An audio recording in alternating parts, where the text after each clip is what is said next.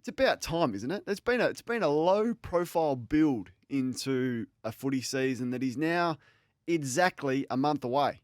So in a month's time, the third day of March, new Carlton coach Michael Voss is going to be behind the glass for his first competitive game when the Blues take on the reigning premier in the first pre-season game of the year. Footy's close. It's really close. And as I spoke about with SEN's David King on this show yesterday, each of the 18 teams has its own level of intrigue and storyline attached to them ahead of season 2022. It is a great time of year for all the clubs. No one's lost a game yet. It's all positivity. Everyone's fit. Everyone's flying. But let's go through some of the more noticeable storylines at the prominent clubs this year. We'll start with Melbourne, the reigning premiers. Was it a once-off? All right, that's it. Was it a once-off? Or is this team, with the young players that they've got coming through and the great draft haul that they've got, are they set up for greatness? Hard to do, though. Since the year 2000, only 3 teams have won back-to-back premierships. It's hard to do. Can Melbourne do it? D's fans, let me know. What about Richmond? Does this great team have one last serious crack in them? Injuries, ageing stars, salary cap pressure, the opposition finally understanding the game style that they play and how to shut it down, key emerging players that have left in the off-season, which is the price you pay for success. The Tigers, well, they're fascinating to me. Can they do it? Is Damien Harbert going to be grumpy if they don't?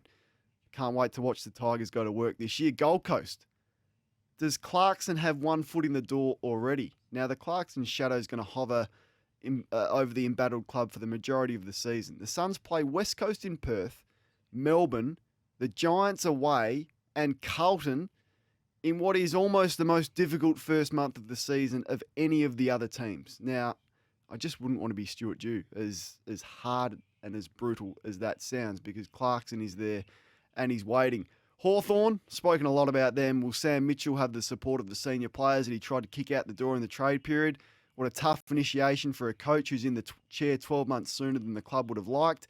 If Sicily, Gunston, Wingard, Bruce and Granger Barras stay sound, then he might be able to scrounge his way to 8 wins.